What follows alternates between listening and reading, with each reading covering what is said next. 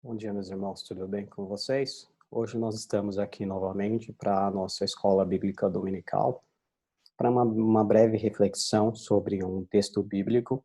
Só que essa breve reflexão, como é uma escola dominical, nós vamos um pouco mais a fundo dela, para que nós possamos compreender o texto realmente e possamos aplicar em nossas vidas. O texto que nós vamos ler hoje, ele é apenas um único versículo e você vai ver o quão rico esse versículo é, quantas coisas ele tem para nós.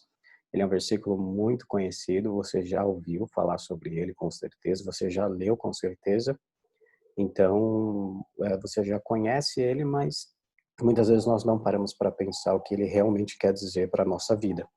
Nós faremos isso hoje. Mateus 5, capítulo 5, versículo 13. Mateus 5, 13, diz assim: Vós sois o sal da terra. Ora, se o sal vier a ser insípido, como lhe restaurar o sabor?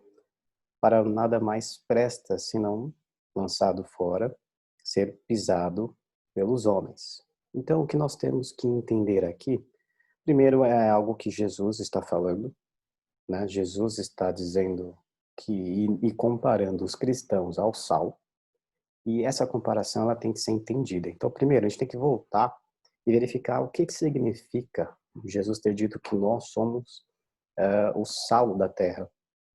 O que significava naquela época e a aplicação que nós temos para os nossos dias. Primeiro, naquela época, você deve saber, época de Jesus, primeiro século, não existia geladeira. Então, quando você tinha algum alimento, a única forma de preservar esse alimento era com o sal. Então ele servia tanto para temperar os alimentos, como funciona hoje em dia. Então se você quer comer aquele churrasco, se você quer comer aquela salada, até mesmo a nossa comida do dia a dia, o arroz. Todo mundo sabe o quão ruim é comer um arroz sem sal. Aquelas pessoas que têm pressão alta sabem o que eu estou dizendo. Quando você vai na casa de alguém e ela coloca pouco sal na comida, você às vezes quer até abandonar o prato porque é algo que, quando não tem o sal na medida certa, o alimento fica muito insípido, fica ruim de comer. Então, o sal naquela época também servia para você temperar os alimentos de uma forma normal, mas além disso, você não tem um freezer, você não tem uma geladeira. E você sabe, se você já deixou o seu alimento fora da geladeira, vamos supor, aquela carne que você ia fazer, você deixou a carne por alguns dias fora da geladeira, questão de 1 ou 2 dias, aquela carne já apodreceu totalmente e ela está imprópria para consumo. Imagine naquela época. Então, o que eles faziam? Eles colocavam sal em toda aquela carne e eles, às vezes, até enrolavam em alguma coisa, um pano, algo, e guardavam. Então, essa carne, ela ficava por muito mais tempo preservada. Depois você lavava aquela carne com água mesmo, e você poderia fazer ela, ela estaria já bem temperada, e era só mesmo você fazer. Existem técnicas que ainda fazem isso, o bacalhau, por exemplo, no Nordeste existem aquelas carnes que são mantidas assim, são técnicas do passado. Então, o sal na época de Jesus tinha duas funções, temperar e preservar. Quando Jesus nos compara com o sal, ele está dizendo que a nossa função como cristão é fazer essas duas qualidades do sal. Nós devemos, então, dar sabor ao mundo e nós também devemos preservar o mundo para que ele não apodreça. Então, a primeira coisa, qual é a função do sal e qual é a função do cristão? Temperar o mundo e fazer com que o mundo não apodreça. O que eu quero dizer com temperar o mundo? Dizer assim, dê sabor para o mundo. Na verdade, todo alimento ele precisa do sal. Todo alimento que você vai preparar ali, você coloca o sal e você, de acordo com a quantidade, aquele alimento que já é bom, ele vai ficar com uma propriedade ainda melhor. O que nós temos para nossa vida cristã no nosso século 21 é que tudo que acontece, seja na política, seja na sociedade, seja na escola do seu filho, seja no seu bairro, não importa qual área, o cristão é aquele que deve estar envolvido em todas elas. Não existe nenhuma área que o cristão vai dar um passo atrás e falar assim que não tem nada a contribuir, que não tem nada a fazer. Porque se nós fizermos isso, aquela área ela ficará sem sabor, sem sal. Então, quando vai acontecer alguma coisa política, por exemplo, vai uma criação de uma nova lei, o cristão é o primeiro que deve estar lá dando o seu pitaco. O cristão é aquele cara que realmente vai opinar em tudo, mesmo que não pedir a opinião dele. E a gente vai fazer isso porque foi o próprio Deus que comissionou. Então não adianta, vai ter algum lugar lá, alguma lei, vai ter sempre um cristão que as pessoas falam assim, tem um cristão chato que está aqui, não deixando a gente aprovar essa lei. É essa a nossa função mesmo. Se essa lei vai fazer com que o mundo fique cada vez mais podre, a gente vai estar lá influenciando mesmo, vamos estar lá dando o nosso sabor. Porque a nossa influência, ela não é uma influência negativa. A influência do sal no alimento não é uma influência negativa, pelo contrário, ele vai realçar aquilo que já é bom.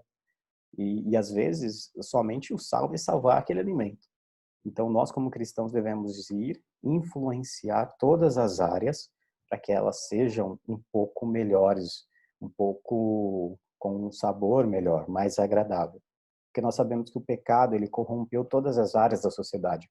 Então, se a gente não leva o evangelho e faz com que o evangelho possa ser ali inserido e minimizar os efeitos do pecado, aquilo ficará completamente sem sabor e podre. Então, a função do cristão, a primeira função dele, é influenciar todas as áreas possíveis. Todas as áreas. Não existe uma área que o cristão não pode ir lá e jogar o seu sal para que fique melhor. Seja na educação, seja em qualquer hora, em qualquer área. Às vezes você pensa o seguinte, eu vou ser um arquiteto e como arquiteto eu não tenho como ser um arquiteto cristão. Com certeza tem. Por exemplo, hoje em dia, muitos falam que a beleza, que é algo relativo, e fazem coisas tão esdrúxulas, e quando você olha para aquilo, você não consegue ver a beleza, a graça de Deus. Pega as obras do passado, pega as igrejas. Quando você entra numa igreja do passado, ela é completamente bela. Você, ao entrar, você imediatamente faz silêncio, porque a arquitetura do lugar, tudo aquilo do lugar, remete a algo sagrado. E você, na mesma forma, percebe isso. Então, da mesma forma que na arquitetura, em qualquer outra área, você deve sim influenciar com a sua visão cristã. Uma vez um sapateiro perguntou para Lutero, Lutero, eu sou um sapateiro, eu faço sapatos, logicamente, e como é que eu posso glorificar a Deus? Lutero fala para ele, olha, faça o melhor sapato que você puder e venda pelo preço justo. E isso você já estará glorificando a Deus. Ele será com certeza a diferença. E às vezes, em coisas pequenas. Por exemplo, antigamente eu não devolvia meu carrinho, sabe aquele carrinho de supermercado? Porque ninguém devolvia. Então eu simplesmente fazia minha compra e não estou me glorificando, estou mostrando como que eu era errado e não sabia. Então eu terminava de fazer minha compra, eu colocava o carrinho lá e se o outro carro passar e bater no carrinho, e não me importava. Porque ia ter algum miserável que ia ter que ir lá pegar aquele carrinho e levar até lá, porque eu não tive a capacidade de fazer e eu deveria fazer. E quando um outro teólogo me mostrou, apresentou para mim que era a minha função, não a função dele, não adianta você falar assim, tô roubando emprego. Não tá, é sua preguiça mesmo. Então, era a minha função e eu fiz aquilo.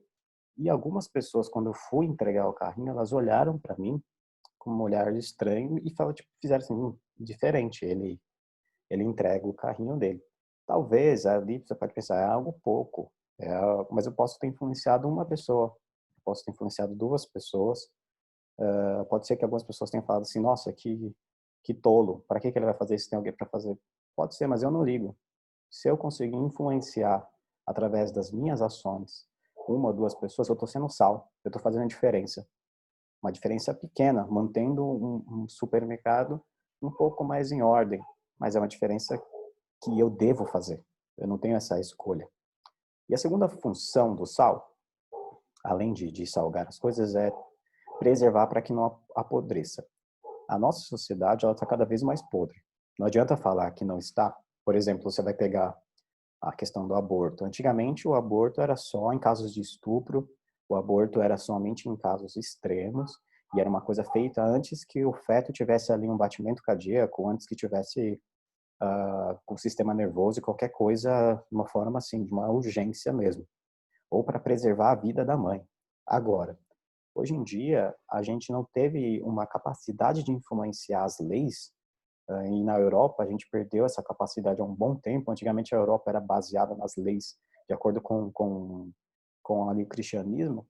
A gente perdeu tanto essa influência que hoje em dia você pode fazer um aborto como na França, que diziam aí que 9 meses, até 9 meses pode fazer um aborto, sendo que isso é um assassinato. Qualquer pessoa que tiver uma mente pensante, que não tiver problemas na sua mente, ela consegue verificar que um bebê de 9 meses tem vida, que ele já é pensante, que ele já é um ser humano, que ele já está nas suas capacidades, e cometer um ato contra a vida desse feto é um absurdo. É um absurdo e não deveria ser feito. Então, o mundo, se a gente deixar ele seguir o curso que ele quer seguir, ele vai apodrecer cada vez mais. E Jesus Cristo está falando que é a função dos cristãos não deixar com que isso aconteça. Então, é a minha função, é a sua função dizer que isso é um absurdo. É a minha função e a sua função lutar para que isso não aconteça no nosso país, onde nós temos aqui a nossa influência. Lutar para que o mundo seja cada vez menos podre e para que nós possamos pelo menos retardar essa podridão que ele está vivendo. Então, a função da sociedade e a função dessas pessoas que são contra o evangelho é destruir tudo que nós vemos que é bom. Então, por exemplo, a família.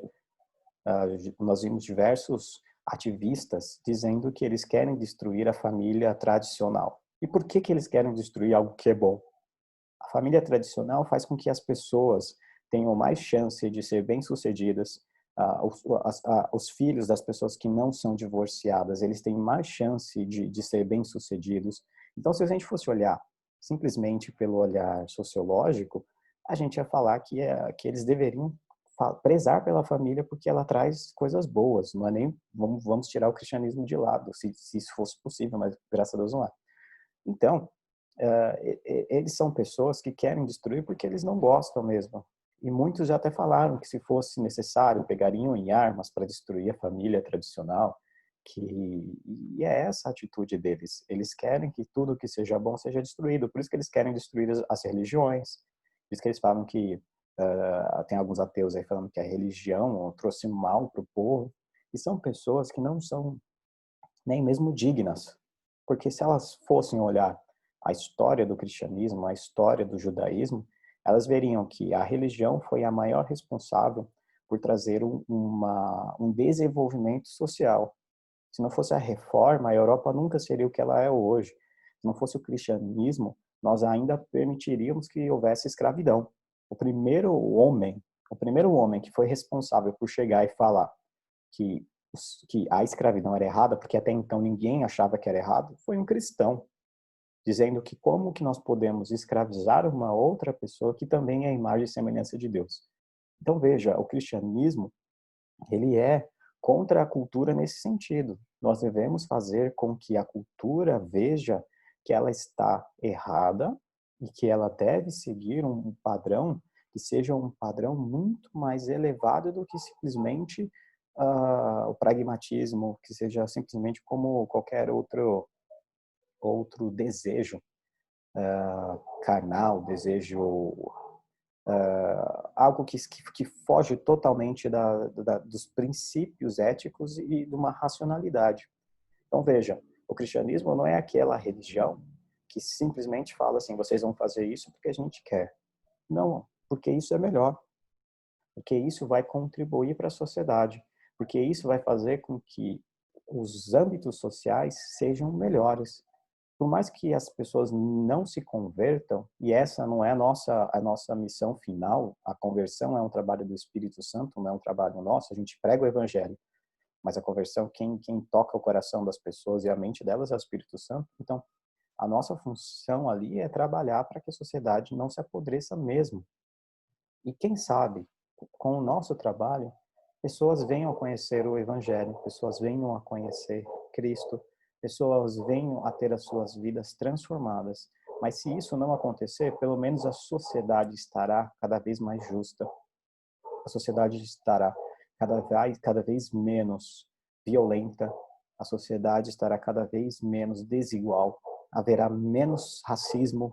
É algo que a gente sempre fala, como que a gente vai acabar com o racismo? O Evangelho ensina isso. A sociedade estará cada vez menos discriminatória. Pode parecer que não, mas o Evangelho ensinado da forma certa vai fazer com que nós paremos de discriminar as pessoas.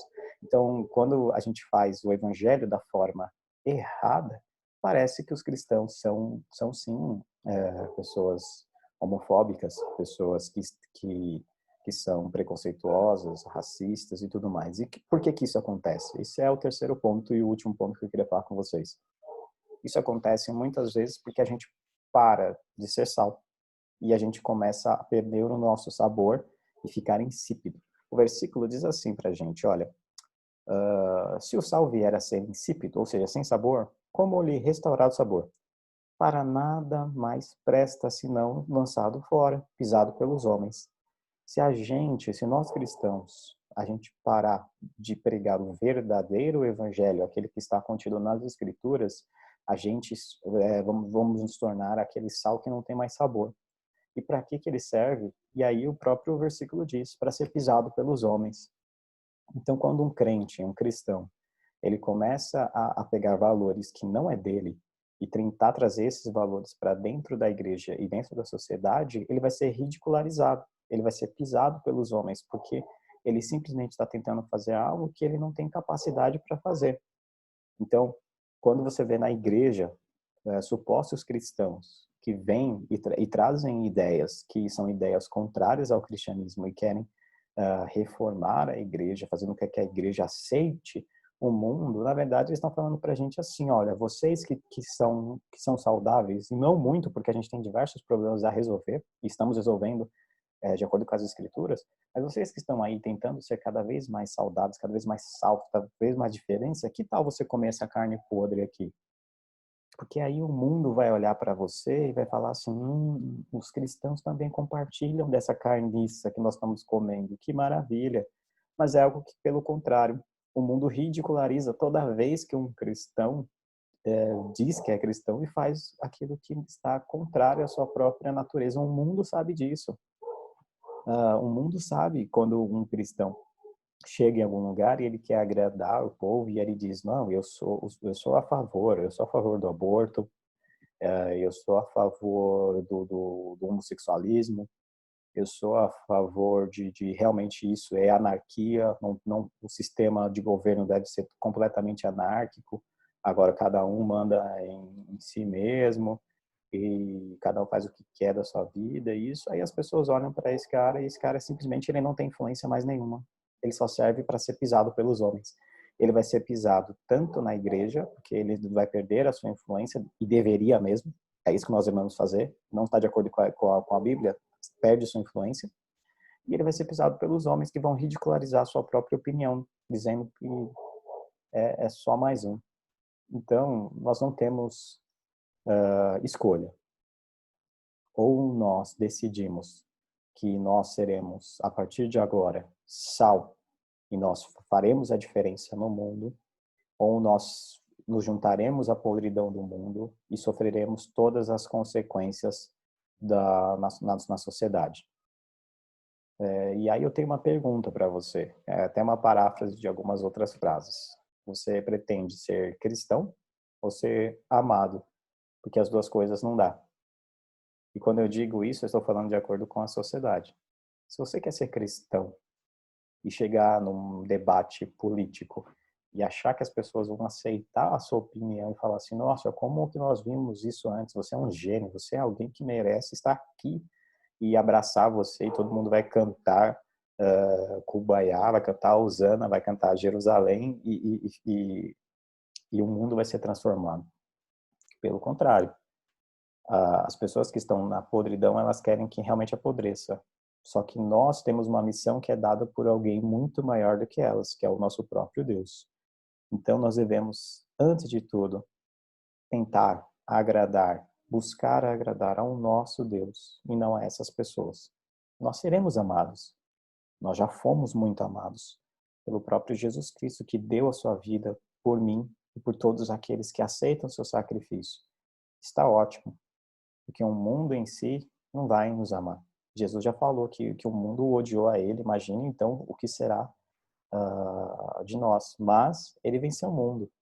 Se ele venceu o mundo, então nós devemos, nessa fé, lutar cada vez mais para que o evangelho seja propagado em todas as esferas. Esse é o meu desafio para você nessa manhã. Você já pensou em como o evangelho pode mudar a escola do seu filho? Você já pensou como o evangelho pode mudar o seu bairro? Você já pensou como o evangelho pode mudar o seu emprego?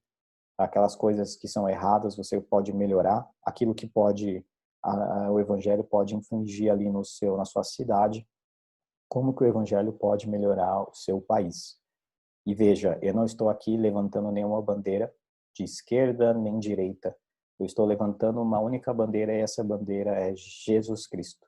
Como que Jesus Cristo, como que o evangelho deve ser aplicado em todos os âmbitos da cidade e nós podemos fazer então uma grande diferença.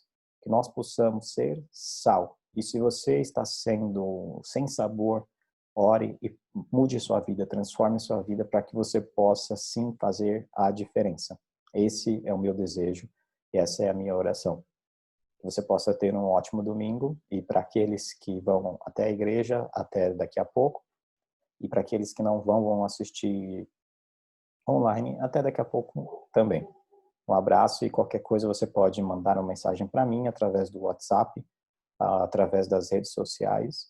Nós podemos fazer com que esse conteúdo seja ampliado e eu posso indicar livros, indicar conteúdo midiático ali para você poder ler, para você poder ver alguns vídeos, alguns sermões, para que você possa se preparar para que você faça realmente a diferença no mundo. Um abraço e até mais.